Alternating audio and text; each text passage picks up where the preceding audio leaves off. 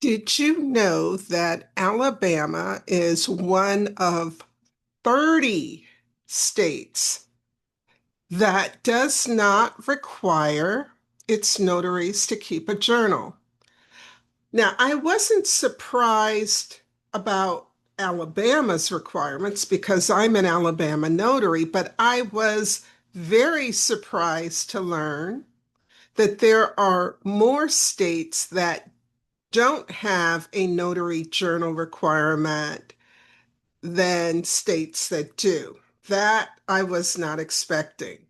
My name's Michelle, and in this video, I want to share with you the results of an audit that I conducted of my notary journal recently and what I plan on doing about the results. I hope you'll stay to the end because I have a challenge for you. So, what prompted me to do an audit of my journal is that I'm on the last page of my notary journal. There's room for me to record four more notarizations, and then I'm done with this. Um, it's been a nice long run. I have some notarizations in here that go back to COVID. And I am ready to put this one to bed. I went ahead, I purchased the same journal that I've been using, and that is the Modern Journal of Notarial Events. I believe I mentioned in an earlier video, one reason why I chose this journal was because when I first started using it, I was performing a lot of loan signings as a notary signing agent and primarily refis. And the way this journal works, it pre-populates or it already lists many of the very common names of documents that show up in loan packages. For example, compliance agreement, correction agreement, errors and omissions, affidavit, occupancy affidavit, owner's affidavit, survey affidavit. These are types of forms that we here in Alabama don't normally get asked to notarize unless it's a real estate transaction. So, using this type of journal as a notary signing agent cuts down on a lot of the writing that the signing agent has to do. Well, now that it is 2025, I do very few, if any, loan signings. And instead, most of the notarizations I do are either involving the Alabama marriage certificate and estate documents. I was going to give up on this journal, but when I took a closer look, this journal has pre-printed language for trust documents, wills, power of attorney forms, advanced healthcare directives. Those are documents that I see almost on a weekly basis. So I think I'll be good with busting open my new modern journal of notarial events. Back to the audit. So while I was making this decision about my journal, I just started flipping through to see the history, where I've been, um, the number of notarizations. And in fact, I met with and notarized 480 individual signatures from the start of this book, this journal. Um, while I was flipping through the pages, I was very shocked to see some white space, space where there should have been writing and there wasn't any writing. I pride myself on my journaling. And again, yes, Alabama doesn't require that its notaries keep a journal, but from day one, I felt a need to do that anyway. That was even prior to me completing any notary training. It just made sense to me and it felt right for me to do that. So in my mind, I thought I was doing a really good job about recording every notarization. But when I went back to the beginning of the book to where I am today, out of 480 notarizations, 16 of them have incomplete notes or records. And while for those of you who are mathematicians, statisticians, I know you've probably already figured out, okay, that's what, 97% accuracy, which would be a passing grade if this were an exam. But I'm not celebrating, not at all. I'm a little frustrated with myself. It's more than a little. Not happy whatsoever because Murphy's Law is real. And it'd be just my luck that I am asked to provide information about a notarization that involves one of those 16 um, entries, you know? I hope I'm wrong, but I may not be. And to not have a complete account of what I was asked to notarize, who I met with, what I did, does not make me happy at all. So after I got past that, all right, I missed out on recording 16 correctly. What else about those 16 or the remaining 460 some entries? What are my takeaways? And here are my takeaways. Um, on those, most of those were where I did not document properly the type of ID that was presented to me. Um, as a rule of thumb, I make mention of the type of ID card, whether it's a driver's license, a passport, what are the other options? Other and personally known. So some of the 13, I just did not even fill that section out.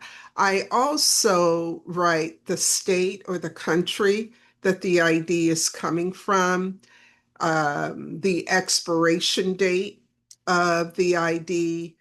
I stopped recording the ID card number. I did that because years ago I was following some notaries in other states. There's some states that discourage their notaries from recording the entire ID card number just to try to protect identities. So I thought that was a good approach to take, and I started doing that. I might rethink that in my new journal. We'll see how that goes. So, in addition to ID, a couple times I did not even record the date that I met with the signer. I may not have recorded the type of document. Now, thankfully, I think with the exception of one, I always recorded the I got the signer's signature, their name, their ID information, but I dropped the ball on when I met with them, the exact name of the document and the notarial act. So those were the mistakes that I made. And then the other observation I made is whenever I performed a remote ink notarization. And by the way, keeping a journal or a log for remote notarizations is mandatory. And I noticed when recording those, I got a little sloppy.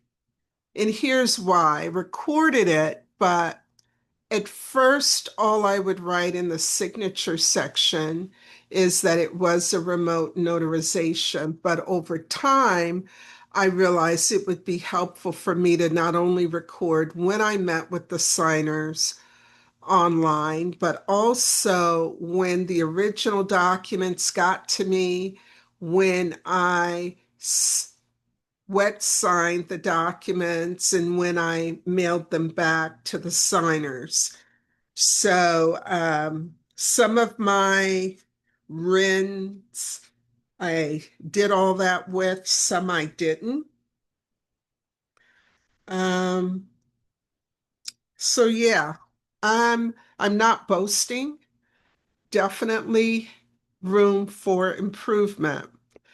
Now, usually I wait until the first of the year to make changes to my business policies, procedures, but I'm not going to do that this year. It's the middle of the year.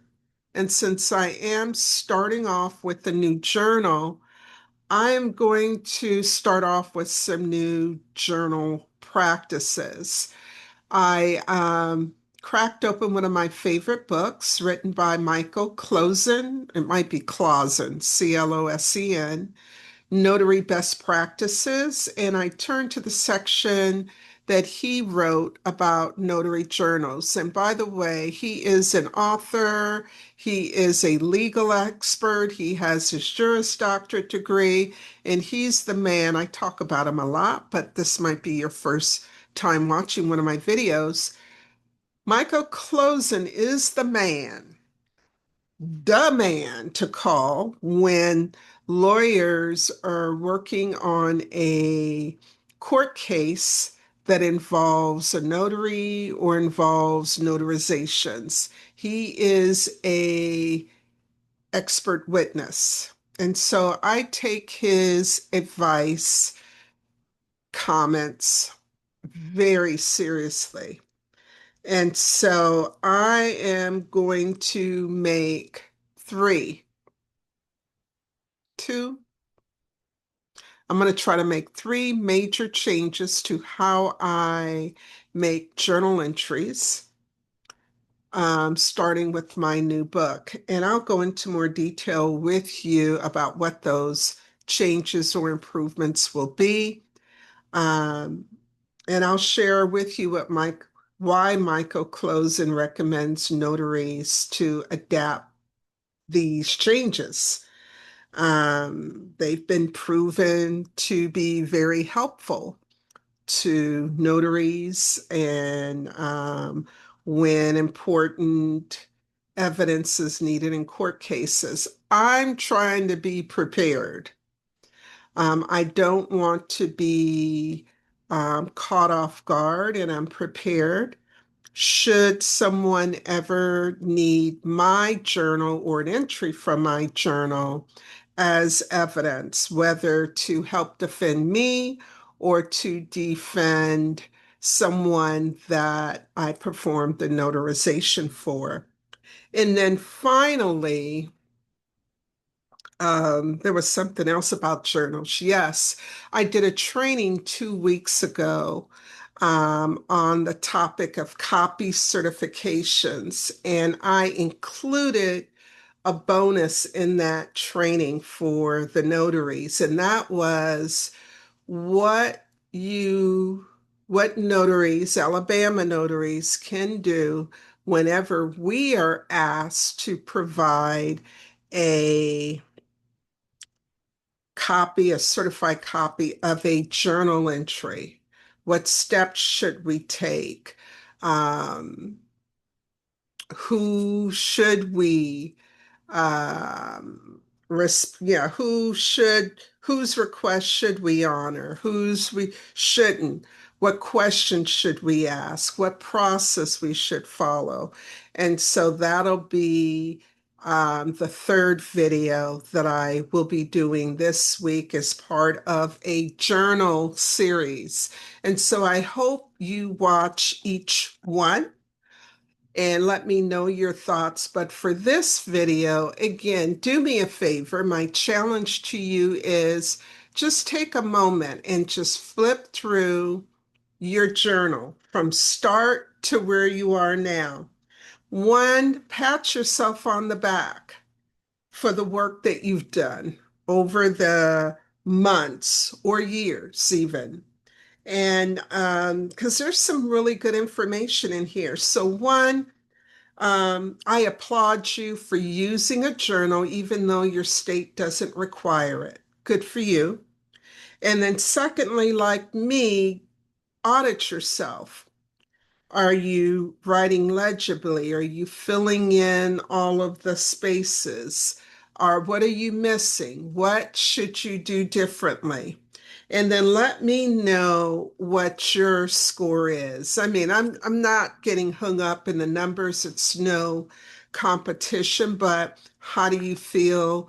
Are you in the 90s, 80s, 70s? And I mean, if you're in the 50s, then you know you've got work to do, and that's okay. Um, I knew there was something else I wanted to say. The last thing I want to say is use the information in in your journal to help you with your marketing.